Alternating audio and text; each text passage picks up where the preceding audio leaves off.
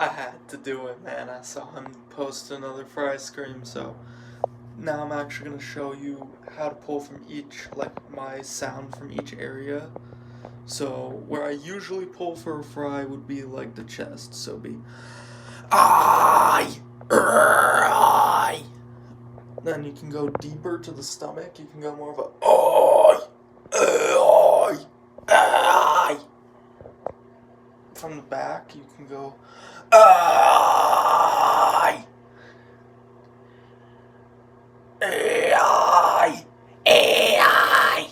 And that's kind of more of like a cave-all area when you're getting into like the nose and forehead and tip of the head.